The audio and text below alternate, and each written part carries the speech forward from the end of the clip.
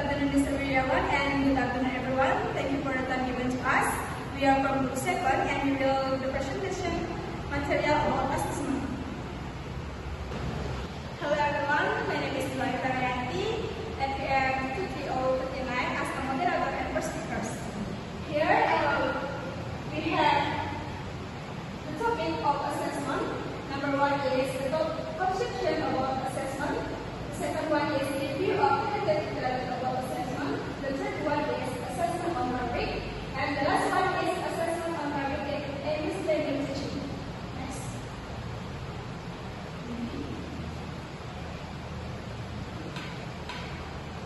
This is the conception of assessment refers to underlying principles, purposes, and process used to evaluate student learning, performance, or abilities in various contexts.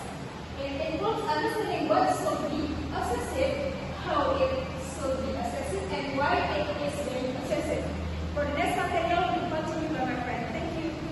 I'm Isilani Tanya with NDM 23003, representing the material about the conception of assessment input. The first one is purpose.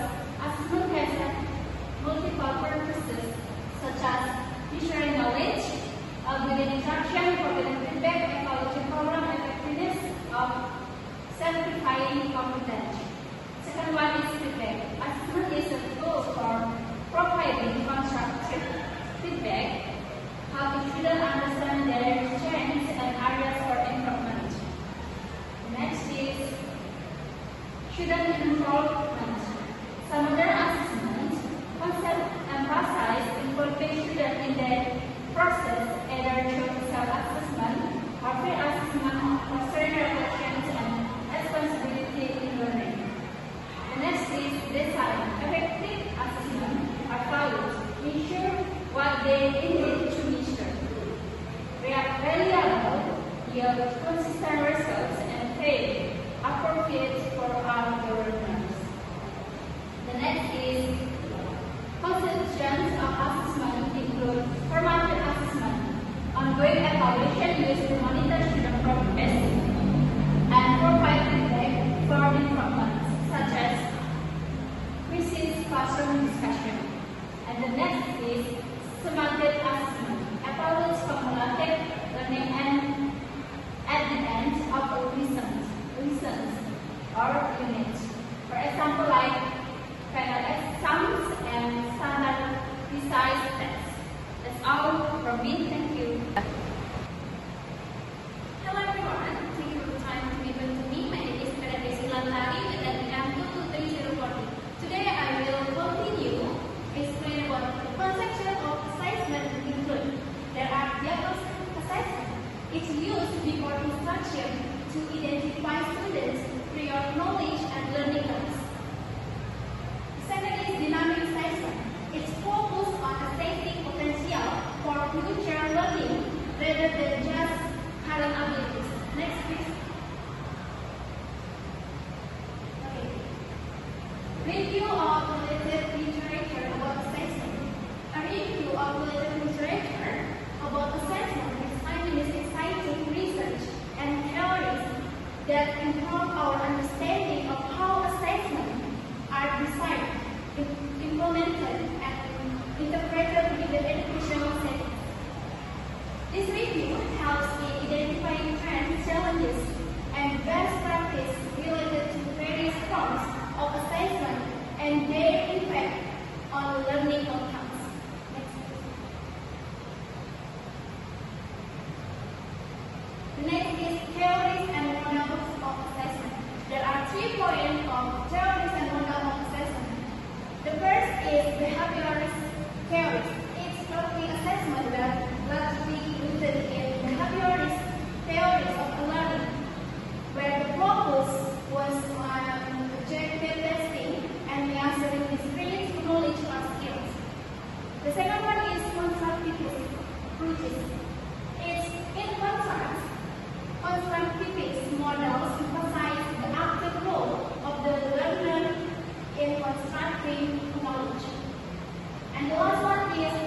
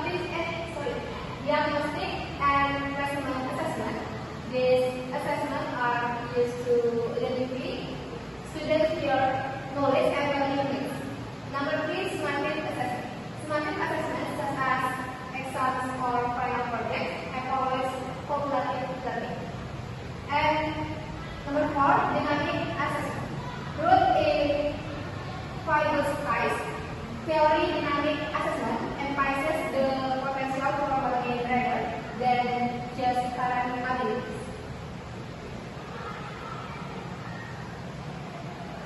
Number 3, the role of feedback. The first one, formative feedback. Feedback is a case that in assessment literature. Effective feedback, especially in formative assessment, helps students identify learning gaps and areas for improvement. And the last one, feedback groups.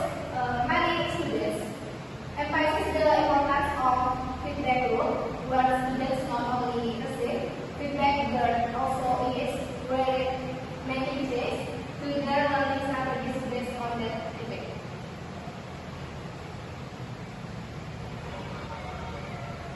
Assessment on rubric. Assessment on rubric refers to the process of evaluating or grading work based on the step of criteria outlined in rubric. Rubric is scoring guide that reflects the expectations for assessment or tests and defines the levels of performance for its criteria. Okay, that's all for me. Thank you.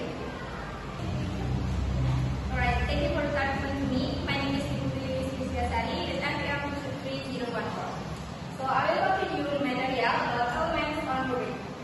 Elements on rubric consist of 4 points. The first is criteria. Criteria is these are the aspects of the test or assignment that are being evaluated. Number 2 is level of performance. Rubric often describes the level of achievement for each criteria. Number 3 is descriptor. These are clear explanation of what each level of performance looks like for each criteria. And the last is weighting. In some rubrics, criteria are designed different level of importance or weight, reflecting their relative significance in the overall evaluation. The next is types of rubric. Consists of 3 types. The first is analytic rubric. This type of rubric breaks down into the assessment several individual criteria with a separate score for each.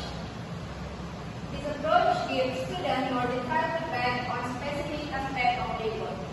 Number 2 is holistic rubric. This rubric the overall quality of the work as a whole rather than into breaking down specific components. And the last is single point rubrics, a relatively new approach, where only the provision level of performance is described in detail. And the last material is benefit of using rubrics. The first is clarity and transparency. Rubrics make expectations clear to students before they start an assignment. Number 2 is consistency in grading.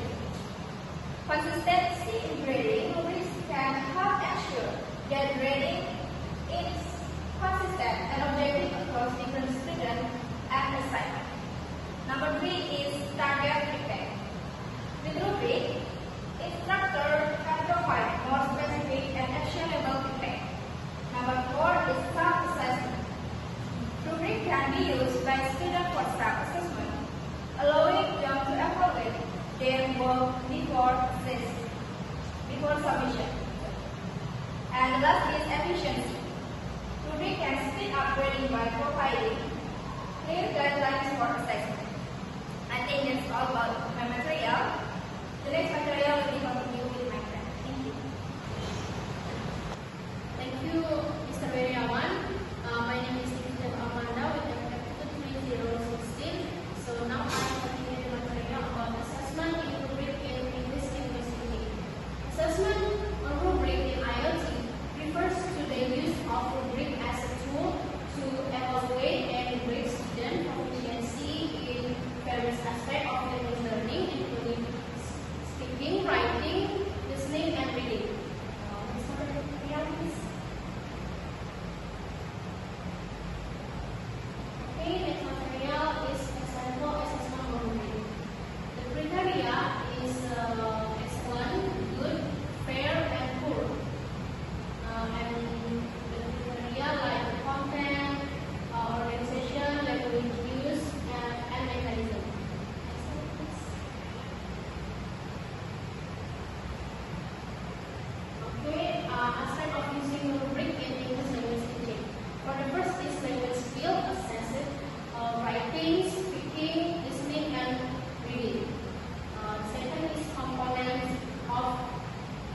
I0